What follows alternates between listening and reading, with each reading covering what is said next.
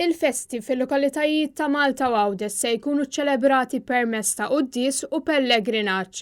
Dan hekk kif mhux se jkun hemm permess li jsiru l-marċi tradizzjonali li tant huma popolari fost il-Maltin. Dan fid-dawl tal-miżuri li qed jittieħdu sabiex ikompli jitnaqqas it-tixrid tal-coronavirus. It-tlieta l-Arċidjoċesi ta' Malta ippubblika direttivi dwar iċ-ċelebrazzjonijiet tal-festi għal din is-sena. Dawn id-direttivi se jitlu fis-seħħ fl-ewwel ta' Lulju u japplikaw biss għal din is-sena.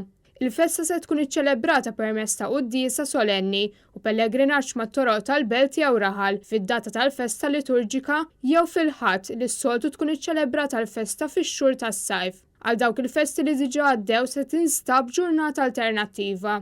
Il-pellegrinaġġ li huwa mixja ta' fidi ser ikun ikkaratterizzat minn talb parteċipattiv li jista' jinkludi s-sem ta' banet li jakkumpanjaw it-talb bin-nijiet reliġjużi.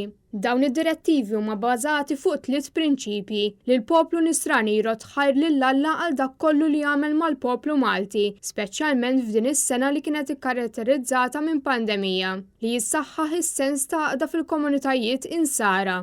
U li tingħata importanza speċjali lill prinċipju ta' solidarjetà billi ssir enfasi aktar mis-soltu fuq l-għajnuna li l-Knisja toffri lil persuni fil-bżonn. Minn barra l-festi fl-Irħula u l-Bliet fl-14 ta' Settembru ser jiġi organizzat pellegrinaġġ djoċesan ta' ratt il-ħajr lill-Alla mmexxi minn Monsinjur Arċisqof Charles Scicluna biex bija devozzjonali mal-Kurċifiss Mirakolus ta' Ġiesu. L-isfijiet appellaw għal maturità u l-kooperazzjoni bejn dawk kollha involuti sabiex il-festa tagħti ġieħ lil qaddisin protetturi tagħna u tkun verament espressjoni ta' ratt il-ħajr lill-Alla.